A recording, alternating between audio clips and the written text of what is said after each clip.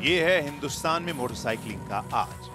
कुछ साल पहले तक जिस लाइफस्टाइल बाइकिंग को हम आने वाले वक्त का ट्रेंड बताते थे, उसकी हकीकत अगर आज देखनी है तो कभी दिल्ली से सटे नोएडा एक्सप्रेसवे या यमुना एक्सप्रेसवे को देख लीजिए, खासकर वीकेंड पर, जहां मोटरसाइकिलों का हुजूम निकलता है बाइकर्स की टोली के साथ। और ये वो मोटरसाइकिल सवार नहीं जिनके लिए ये रोजाना की मजबूरी हो, जो किफायती बाइक्स लेकर निकले हों।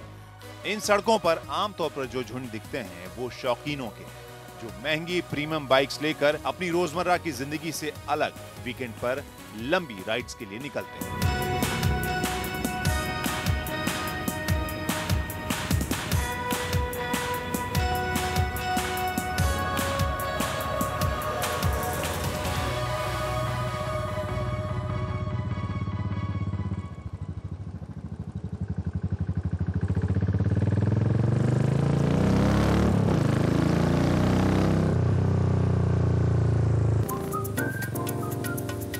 तो हमने भी सोचा एक बार निकला जाए ऐसे ही वीकेंड राइड पर।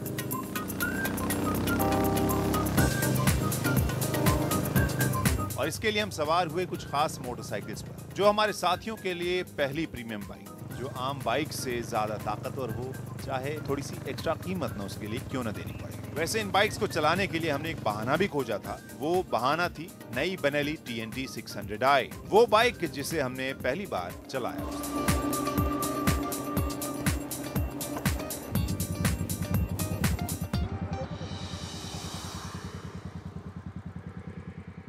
तो अब बाइक हमने बदल ली है। शुरुआत में मैं GT चला रहा था और अब इस नई बेनेली 600i के ऊपर आया हूँ, TNT 600i, और इसको चलाकर देखता हूँ कि ये GT से कितनी अलग है और जिस सेगमेंट में ये आई है उस हिसाब से इसका प्रदर्शन कैसा है। Let's see.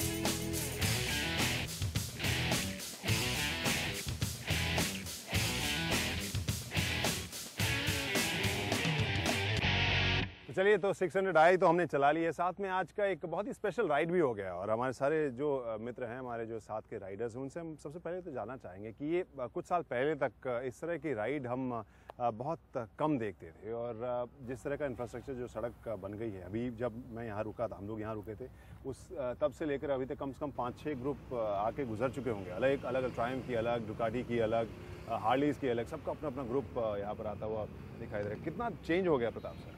वही मैं बात कर रहा था, आज से 10 साल पहले अगर हम ये सोच भी नहीं पाते कि हार्ली इतनी सारी इंडिया में एक दिखती थी तो ऐसा लगता था उसको देखने के लिए ताता इकट्ठा हो जाता था।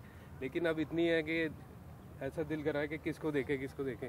तो वही 10 साल पहले हम सोच भी नहीं पाते थे कि ऐसी रोड होगी और हम इस तरह का राइड का एंजॉय कर पाएंगे। और निखिल जो है वो मतलब निखिल कुमार, वो एक तरह से आइडिया दे सकता है कि किस तरह से चेंज हुआ है कल्चर, क्योंकि हमारे इस राइड में सबसे जोश में यही थे कि हाँ चलते हैं राइड पर। रविवार, आज हम जब शूट कर रहे हैं तो रविवार का दिन है और सुबह सुबह हम लोग 5-5:30 बजे निकले थे और सारा जोश इनका था। निखिल खुद भी काफ़ी शौकीन बाइकर है। कितने रेगुलरली निखिल इस तरह के राइड पर तुम जाते हो और कितना अपने दोस्तों को देखा है तुमने इस तरह के राइड पर आते हुए? क्रांति, आपको सच बताऊं तो कल्चर एकदम ही चेंज हो चुका है। पहले का टाइम एकदम अलग था। आपको सीरियसली कोई एक बाइक दिख जाए तो दिख जाए, और आप एक्चुअली बहुत सारे लोग खड़े हुए करते थे। और उस टाइम पे आप मानेंगे नहीं, 100-200 सीसी हुआ करती थी, तो 70-80-100 टच करना हमारे लिए बहुत बड़ी बात हुआ करती थी।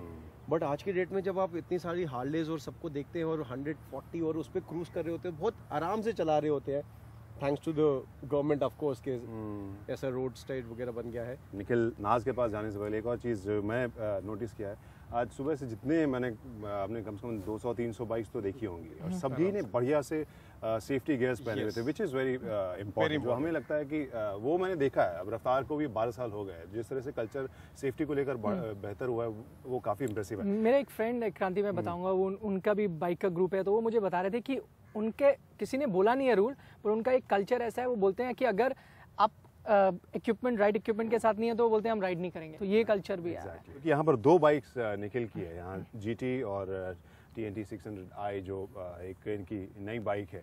और निखिल, जहाँ तक मुझे याद है बहुत दिनों से शौक था, लेकिन एक वक्त था जब आपके पास बाइक्स 2 थी कॉलेज के टाइम में शायद, लेकिन इस तरह की बाइक नहीं थी। वही अगर आप देखें कॉलेज में आप 100 सीसी 100 मेरी फर्स्ट बाइक कावासाकी बजाज थी। फिर उसके बाद क्योंकि आपको माइलेज भी देखनी होती थी, फिर उस टाइम RD 350 एक एग्जॉटिक चीज़ हुआ करती थी, मेरे दोस्त के पास थी, उसके हम अफोर्ड नहीं कर पाते थे पेट्रोल भराना, तो उसको अगर हफ्ते में एक बार वो राइड दे दे तो बहुत बड़ी बात होती थी। अब क्योंकि आप काम कर रहे हैं, उस टाइम आपको अपने फादर से पैसे लेने होते थे, अब आप खुद कर सकते हैं तो आप अपने शौक में इन्वेस्ट कर सकते हैं। और अब क्योंकि मार्केट भी खुल गया, आप बोल रहे हैं राइड कल्चर शुरू हुआ है, उसकी वजह से आई थिंक क्योंकि इतनी बाइक कंपनीज अब इंडिया में असेंबल कर रही हैं, अफोर्डेबिलिटी बढ़ गई है, इसलिए you can buy bikes. Exactly. और एक और ग्लोबल फेनोमेना जो मैंने बाइकर्स के बीच में देखा है, दुनिया भर में अगर आप देखें तो एक बाइकर्स होते हैं जो जेन्युइन, जिसको बाइकर्स कहते हैं, वो पैशनेट होते हैं, और एक ऐसे होते हैं जो अफोर्ड कर सकते हैं, इस वजह से वो बाइकर्स हैं। मतलब उनके पास 35 लाख रुपए हैं तो वो 35 लाख की बाइक खरीद सकते हैं। तो वो चीज़ अब हिंदुस्तान में भी काफ़ी साफ देखने को मुझे मिल रही है, जिस तरीके से कुछ तो बाइक एंजॉय करने के लिए चला रहे थे और कुछ दिखाने के लिए कि हाँ तुम लोग देखोगे मैं इतनी महंगी बाइक लेकर आया हूँ। खैर, जो पॉइंट पर मैं आ रहा था निखिल, कि हम लोग सभी जो सैलरीड क्लास है, जो पैसे बचा के EMI के बारे में सोच के, तमाम तरह की चीज़ों के बारे में सोच के फिर एक बाइक लेना चाहते हैं, लेकिन चूंकि ये परफॉर्मेंस ओरिएंटेड उन्हें बाइक चाहिए होती है, या फिर वो शौकीन होते हैं, तो एक बड़ी बाइक को लेना चाहते हैं। ऐसे में कैसे कैसे बैलेंस आप देखते हैं, क्या क्या किन किन चीज़ों का ध्यान रखना पड़ता है? देखिए, जैसे आपने बताया, मैंने एक उसके पीछे रीज़न दूंगा कि मुझे नहीं लगता था कि मैं कुछ साल पहले एक 4 सिलेंडर बाइक अफोर्ड कर पाऊंगा, क्योंकि जैसे मैंने बताया बहुत सारी बाइक्स इंडिया में असेंबल हो रही हैं। तो एक जैसे मैं एग्जांपल ले रहा हूँ 600i का, आपको 6 लाख ऑन रोड पे आती है और 4 सिलेंडर बाइक। तो पहली चीज़ तो ये कि आपको लगा हाँ ये मैं कुछ पुश कर सकता हूँ। हालांकि आप EMI पे ही लेंगे, लेकिन फिर भी आप एक ऐसी जगह पे हैं जहाँ आप ले सकते हैं। कुछ साल पहले जब बाइक्स इंपोर्टेड थी तो 4 सिलेंडर बाइक आप भूल जाइए, मतलब आप क्या, चाहे आप सैलरीड क्लास के, आप रिच बिजनेसमैन भी होते तो भी आप थोड़ा मुश्किल पाते। अब वो आपकी रेंज में आ गया है, तो ये एक बड़ा रीज़न है कि आप जो देखते हैं, पसंद करते हैं, उसको आप अचीव कर सकते हैं। और उससे पहले आपके पास GT थी, और GT आपने क्यों ली थी? देखिए, इसको अगर आप देखेंगे ना तो आप जैसे कॉलेज में सबसे ब्यूटीफुल लड़की आती है, सब उसको देखते हैं ना, तो हालांकि परफॉर्मेंस में ये बाइक इससे बहुत बेहतर है, लेकिन अगर आप इसको देखें तो इससे ज़्यादा मोहब्बत है मुझे। तो दिखने में इट्स ब्यूटीफुल, बहुत अच्छी दिखती है, परफॉर्मेंस इसका और इसमें कोई कंपैरिजन ही नहीं है, वो बहुत बेटर है। सबसे कम उम्र के निखिल ही हैं, लेकिन सबसे पुरानी जो फील, रेट्रो फील वाली बाइक वो इन्हीं के पास है। और वो बॉर्नविल क्यों खरीदा था निखिल?